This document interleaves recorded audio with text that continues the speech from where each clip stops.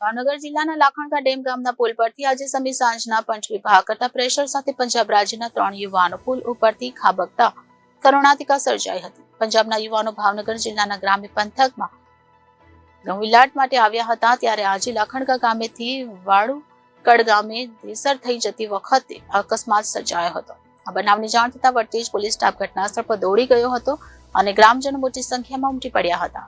બનાવની જાણવા મળતી વિગત અનુસાર ભાવનગર જિલ્લાના ગ્રામ્ય પંથકમાં છેલ્લા થોડા સમયથી ઘઉંની સિઝનમાં ઘઉં વિસવાટના કામ સબબ પંજાબ રાજ્યના બાદલસિંહ, મંગાસિંહ અને જસપાલસિંહ ગલેશ લેસર લઈ આવ્યા હતા અને થોડા દિવસોથી લાખણકા અને આજુબાજુના પંથકના ગામોમાં વસવાટ કરી વાડીઓમાં પંડે વીણાટની કામગીરી કરી રહ્યા હતા. દરમિયાન સાંજના અરસા દરમિયાન પેસર થઈ ગોસપુવાન લાખણકા ગામેથી વાળુકડ ગામે જવા નીકળ્યા હતા. તે વખતે લાખણકા ડેમ ગામના પુલ પરથી પસાર થતી વેળાએ એકાએક જેસર પુલ નીચે ખાબકતા અકસ્માત સર્જવા પામ્યો હતો.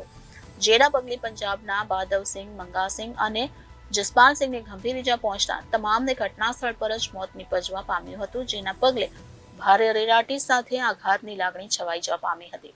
અકસ્માતની ઘટનાની જાણ થતાં સ્થાનિક લોકો દોડી આવ્યા હતા અને ત્રણેયને ભાવનગર સર્જી હોસ્પિટલ ખસેડવાની તજવીજ હાથ ધરી હતી. જ્યારે લાખણકા પુલ નીચે ખાબકેલા થ્રેસરને જેસીબીની મદદથી બહાર કાઢવાનો પ્રયાસ હાથ ધરવામાં આવ્યો હતો.